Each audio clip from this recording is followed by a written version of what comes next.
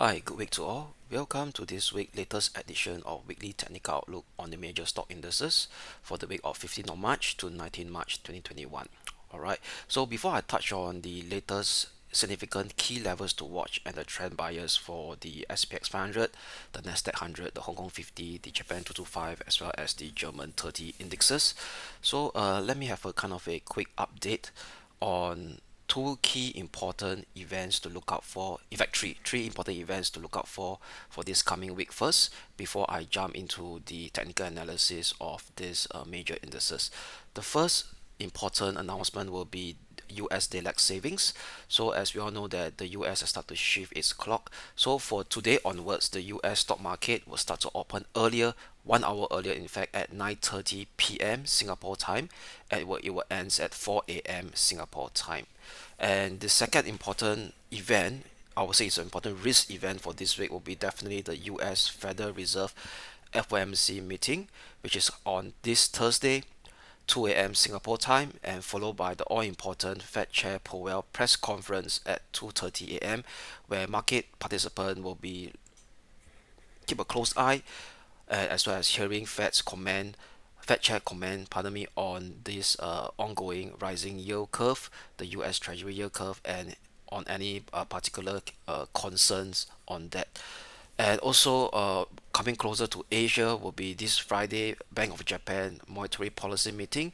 And this monetary policy meeting is different from the previous one because BOJ will actually start to review the outcome of its ongoing monetary policy tools, especially on its current yield curve control program. So if you could recall that BOJ has kept its yield 10-year JGB, the Japanese government yield, close to zero since 2 to 3 years ago, and also market watchers will be keeping a close eyes or ears on any changes to its ETF buying program, especially on the Japan stock indices and the Japan REITs. Alright, so this could actually have a major, we call it implication on the broader markets as per se. So before we start, let's take a look at the disclaimer slides first.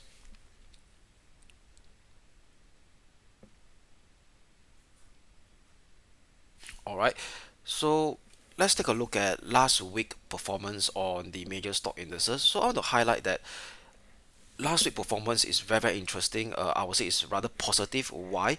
Because if on late last Friday US session, the important 10-year US Treasury yield, which is the kind of a global risk-free rate in long term, it actually rose to 11 basis point to close at 1.64%, which was even higher than the high that was seen 2 weeks ago at around 1.61, and right now it's actually close to about 13-month high for the US 10-year Treasury yield.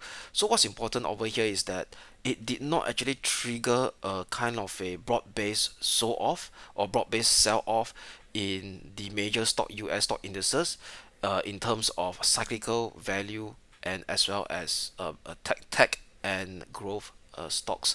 Yes, even though tech and growth stocks actually underperform, but what's interesting over here is that, let me share with you this table.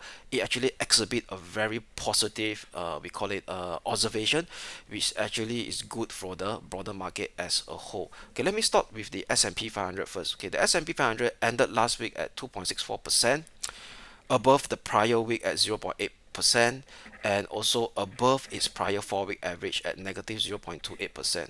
So let's take a look at this Nasdaq 100, which is very important. Why?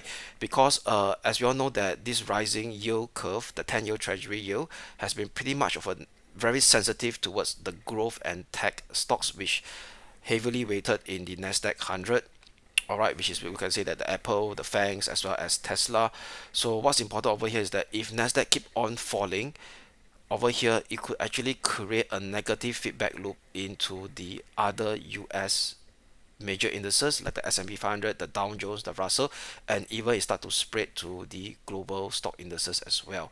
So as you all know that in the last 3 to 5 years, the heavyweight has been kind of contributed by this Nasdaq 100 due to its heavy weighting on the tech stock that has superior performances against the cyclicals and against the rest of the world since 3 to 5 years ago, and in fact since the broader this circular bull market that started in March 2009. So in fact, right now we have already this is the month of March, so 2021. So we have been having this close to 11, I would say about 11 years plus of circular bullish uptrend that is still intact here. So let's look at Nasdaq 100 performance, weekly performance last week. So very interestingly, despite the rising US Treasury yield closed at 1.64% last Friday, it managed to actually notch out a positive gain, 2.12%. All right, very positive, and above prior week of negative 1.9%, and above the prior 4 week average of negative 1.75%. So what it seems to me that the markets right now has started to come down, and they really started to adjust with this current pace of treasury yield. So market has really reached a kind of a comforting zone that's, hey, despite we start to see a rise in this US treasury yield, it doesn't have a kind of a knock-on negative feedback loop impact on the tech and growth sector, and in fact it doesn't actually has a spillover impact to the broader market like into the cyclical and value. But definitely in terms of performance wise, I still expect Nasdaq 100 to actually underperform. That means, i.e., tech and growth to underperform, whereas value and cyclicals, like talk about the energy stock, the consumer, pardon me, energy stock, industrial stock, as well as commodity related stocks, will tend to actually outperform going forward, and even the small caps. So look at Russell 2000, okay, where is it? Okay, pardon me, Russell 2000, 7.32%, very positive scenario above its prior week and prior 4 week average. Okay, one thing I want to highlight is the Hang Seng and the Hang Seng Tech. So if you look at the Hang Seng and the Hang Seng Tech has been underperformed recently. Why? Because if you look at the last 2 to 3 weeks, the PBOs, number one will be the China central policy makers. They have been giving kind of a guidance to actually kind of tone down the recent 4 weeks of bullish up move that's seen in the China market, which is the Hong Kong market, and especially right now they're trying to clamp down on their China big tech, especially the fintech players like Tencent and Alibaba. So all these are kind of a heavy weightage in the tech Hang Seng Tech Index and the Hang Seng Index itself. So that gives rise to their kind of a underperformance since last week. But nevertheless, later I'll share with you the technical chart of the Hong Kong 50 index that we call our platform, which is equivalent to the Hang Seng index.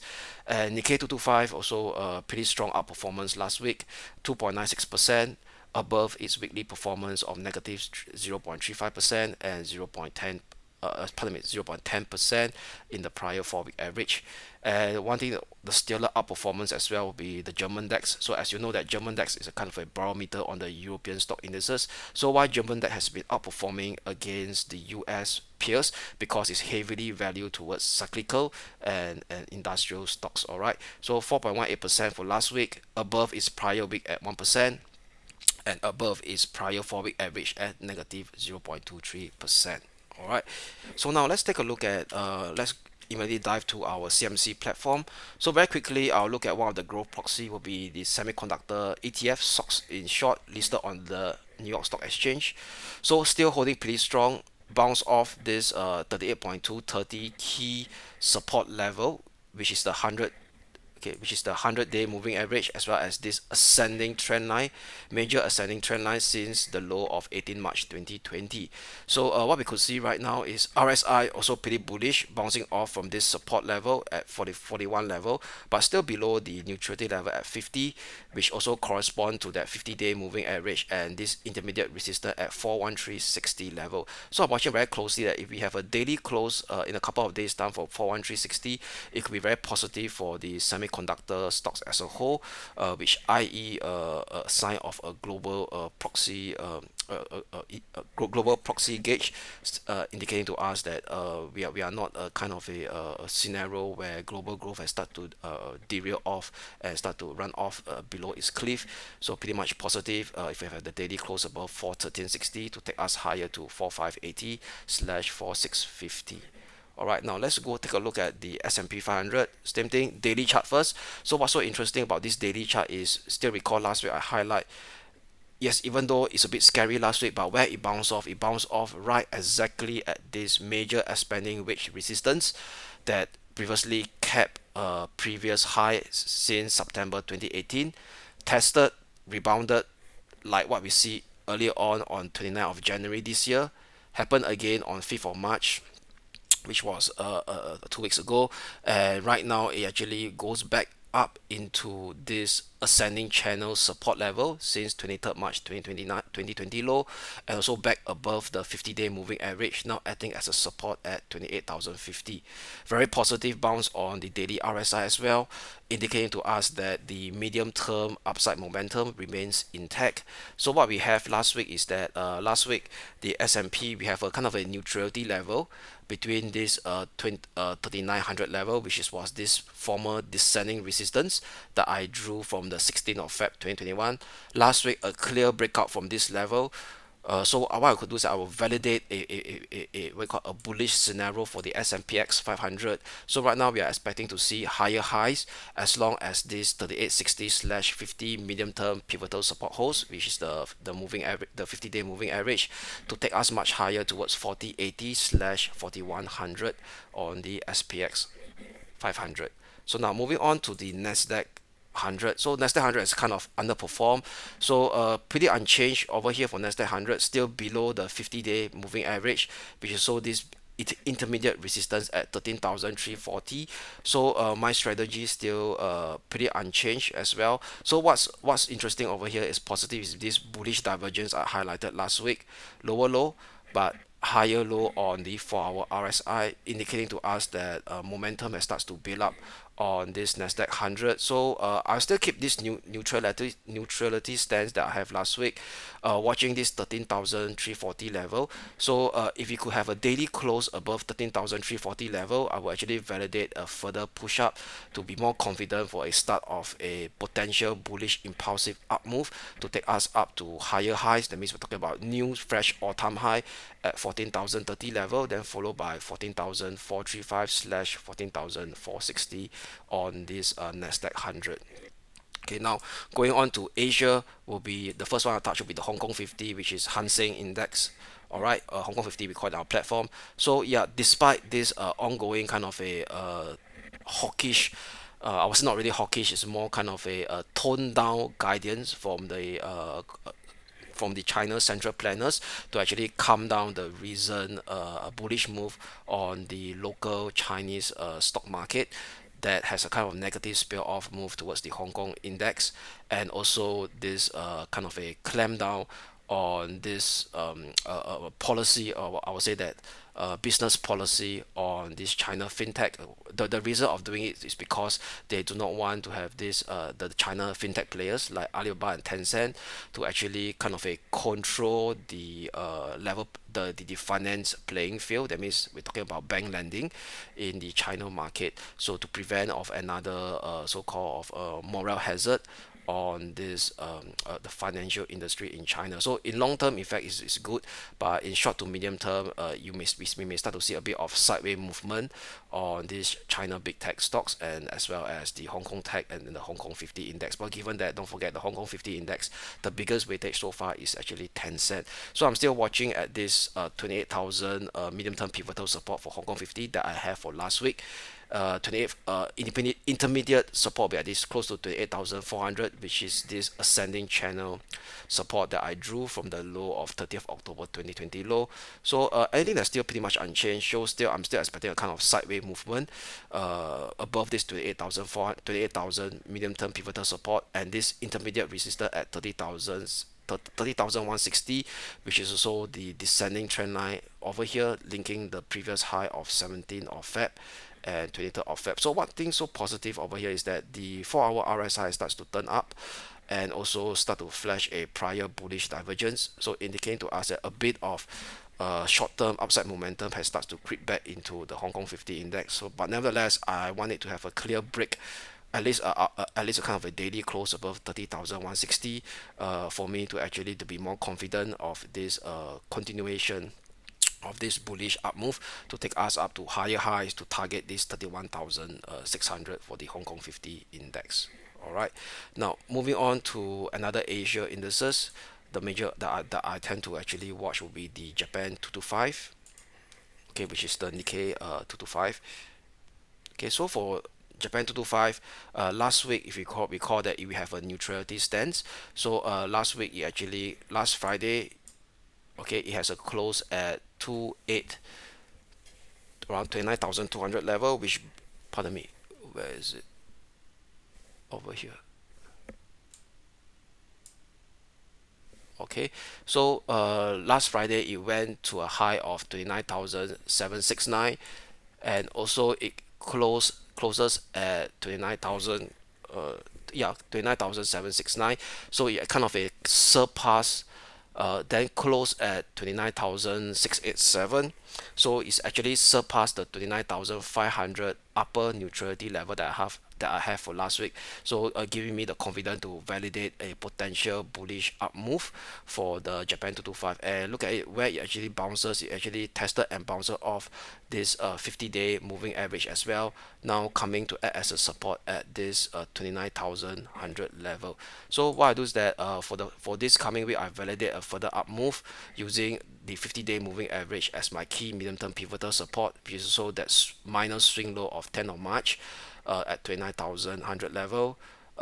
Looking for a further up move to retest 13,750, then thereafter to target the next resistance at this 31,350. So very positive configuration on momentum in terms of the 4-hour RSI. If you look at it, lower low, higher low, bullish divergence, breakout of this previous corresponding descending resistance on the RSI. If you look at chart pattern, it could actually tell us this inverse head and shoulder formation as well. Hasn't really reached its extreme overbought level yet. So this kind of give me the confidence to actually validate a potential bullish up move for this week on the Japan 225. Now, one of the index that I highlight will be the outperformer will be this German DAX, will be the German 30. So last week it actually shaped this up move to actually hit our the upside target of resistance at 14,570. So let's take a look at the daily chart first. Nothing scary, no signs of a kind of a major bearish exhaustion move. Looking to test this next resistance at 14,700 level. RSI still kind of a hovering at this overbought level. No bearish divergence yet. Hasn't hit the extreme overbought level at 76 that was seen previously on the 8th of June last year. 50-day moving average pretty positive, sloping upwards, now coming to act as a resistance at support, pardon me, at 14,130. So for this week, right, I will actually tighten the key medium-term pivotal support to 14,130, which was also the previous range top since 8th of Jan 2021, very clearly broken up last week. So what we could see right now is a further up move to test the next resistance or next target at 14,730, followed by the next potential upside target or resistance zone at 14,930 slash 50,020 level, which is so the upper boundary of this short-term ascending channel that I drew from 1st of Feb 2021, as well as a FIBO expansion cluster zone coming in at 50,000 20 level. So all in all, the German 30 DAX is still evolving. Pardon me, is still evolving in a positive bullish configuration where I would tighten my key medium-term pivotal support to 14,130. So everything to keep it in a nutshell, in summary, what we are expecting here is that yes, we still see a bit of underperformance on the on the Hong Kong 50 for this week, unless that key upside trigger level that is broken to the upside. Also underperformance on the Nasdaq 100 due to this rising yield curve on this putting a cap on this US tech and growth stock, but I don't see a kind of fell off the cliff at this juncture in time. It's more of a sideways movement. So overall, medium term uptrend still remains intact for the rest of the indices, the S&P 500, the German 30 index, the Nikkei 225, the Japan 225 index as per se. Continue to see outperformance on the German 30 index as well as the Japan 225 index due to its heavy weight towards cyclical and value stocks. So overall, bullish trend still remains intact. On the average, no major topping process yet. So with that, I see you all next in my next video, and have a great trading week ahead.